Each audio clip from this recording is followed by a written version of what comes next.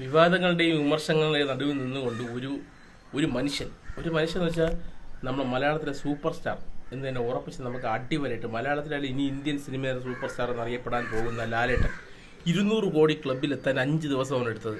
സാധാരണ രജനീകാന്ത് ചിത്രങ്ങൾക്ക് പോലും 5 ദിവസം കൊണ്ട് 200 കോടി എത്താൻ കഴിയാത്ത സാഹചര്യത്തിൽ ലാലേട്ടൻ്റെ ഒരു സിനിമ 5 ദിവസം കൊണ്ട് 200 കോടി ക്ലബിലെത്തിയെന്ന് പറയുമ്പോൾ അതൊരു അത്ഭുതം തന്നെയാണ്. അപ്പം ഇനി മിക്കവാറും രജനീകാന്ത് മാറി നിൽക്കേണ്ടി വരും. കാരണം രജനീകാന്തിനെ സൂപ്പർ സ്റ്റാർ എന്ന് പറയുന്നതിനോടൊപ്പം തന്നെ ഇരുന്നിട്ട് മലയാളം ഇൻഡസ്ട്രിയിൽ നിന്ന് ലാലേട്ടനെ സൂപ്പർ സ്റ്റാർ എന്ന് പറയേണ്ടി വരും. Indian super star, Kerala super star ആണ്, ഇന്ത്യൻ സൂപ്പർ സ്റ്റാർ എന്ന് പറയേണ്ടി വരും.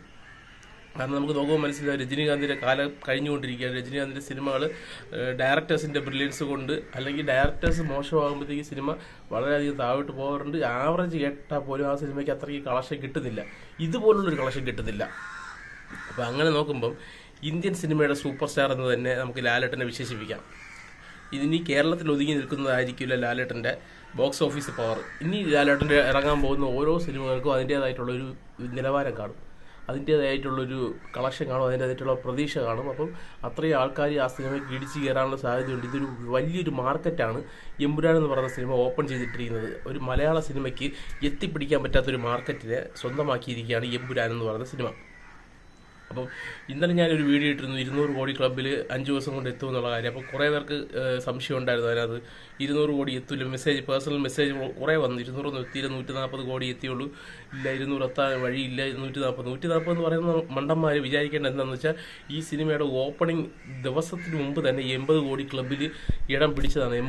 80 അന്ന് രാത്രിയാണ് പറഞ്ഞത്. അതായത് 90 കോടിയെങ്കിലും അഡ്വാൻസ് ബുക്കിങ്ങിലൂടെ തന്നെ അവർ നേടിയതാണ്. അപ്പോൾ പിന്നെ 200 കോടിയിലെത്താൻ ബാക്കി 110 കോടി രൂപയുടെ വ്യത്യാസം മാത്രമേ ഉള്ളൂ. സിനിമ ഇറങ്ങുന്നതിന് മുമ്പേ ഏകദേശം 100 കോടിക്ക് അടുപ്പിച്ചെത്തിയ സിനിമ.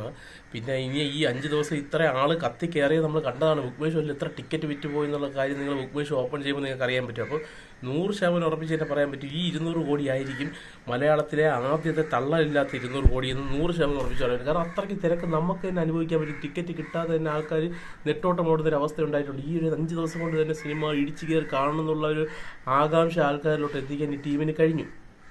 അത് എന്തിൻ്റെ പശ്ചാത്തലമാണെങ്കിലും, വിവാദത്തിൻ്റെ ആണെങ്കിലും എന്തിൻ്റെ പശ്ചാത്തലത്തിലാണെങ്കിലും ഈ സിനിമയുടെ അണിയറ പ്രവർത്തകരുടെ ഭാഗത്ത് നിന്ന് നോക്കുമ്പോൾ ഈ സിനിമയെ ഇത്രത്തോളം ഉയരത്തിലെത്തിച്ചതിൽ അവരുടെ കുബുദ്ധിക്കും കൂടെ പങ്കുണ്ട്. കാരണം കുബുദ്ധി എന്ന് പറയുന്നത് ഞാൻ ഒരിക്കലും കളിയാക്കി പറഞ്ഞതല്ല, അവരുടെ ഒരു സിനിമ മാർക്കറ്റ് ചെയ്യാനുള്ള കഴിവ് എങ്ങനെയാണ് ഇവർ ഇന്ത്യൻ സിനിമയിലോട്ട് ഈ മലയാള സിനിമയെ കൊണ്ട് ഇന്ത്യൻ സിനിമയുടെ നെറുകയിൽ കൊണ്ടുവച്ചത്.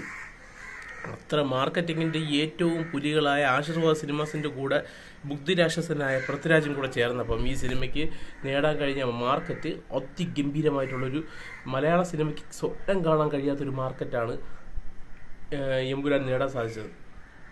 അപ്പം 200 കോടി ക്ലബ്ബിൽ കയറി എന്നുള്ള ഒഫീഷ്യൽ അനൗൺസ്മെൻറ്റ് വന്നിട്ടുണ്ട്.